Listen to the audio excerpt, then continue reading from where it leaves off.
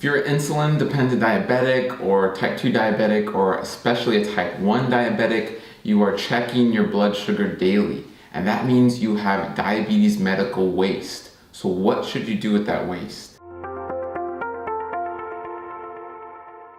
Hi everyone, my name is James Marin. I'm a holistic registered dietitian, environmental nutritionist, author, speaker, and diabetes expert.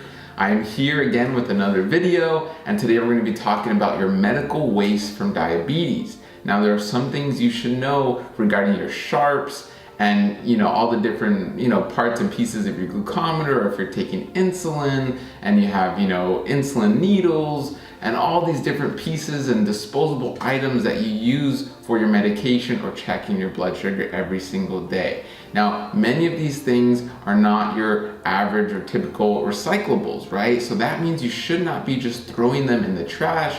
And if you do want to recycle them because you're being a little more eco-friendly and conscious about that, you don't just throw them in the normal recycling bin, right? So for many of you who have been, a long time type 2 diabetic, or you're a type 1 diabetic, you know that you need a sharps container, right? You need a special container to store these items, okay? And for those of you that are maybe new to diabetes, or you're new to taking insulin, or depending how you're taking insulin, and this goes into a lot of different avenues of if you're type 1, maybe you have one of the automatic pumps that is always under your skin and delivering insulin, so you don't really have to worry about that too much.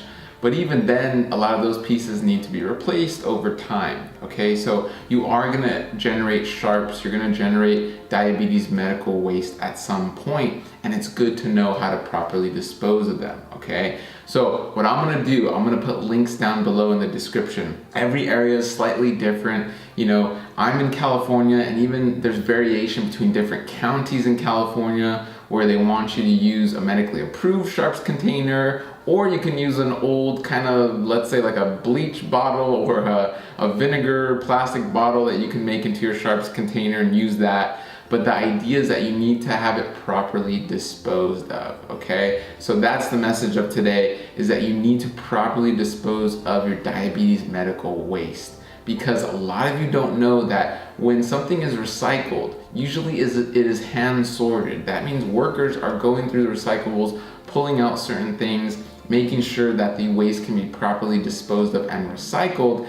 And if there are needles in there or different types of pieces from diabetes waste, which might have your blood and different things like that, they do not want to be touching that, okay? And of course they're wearing gloves, but still, the idea is that those items should not be in regular recyclable waste, okay? So the links down below will give you more information on where to look. Many times I will tell you that the medication manufacturers can send you sharps containers for free. They can give you information on where to dispose of absolutely free. Like I said, a lot of times you can use an old vinegar bottle or bleach bottle that you use in your home as a sharps container, fill it up, and then take it to be properly disposed of.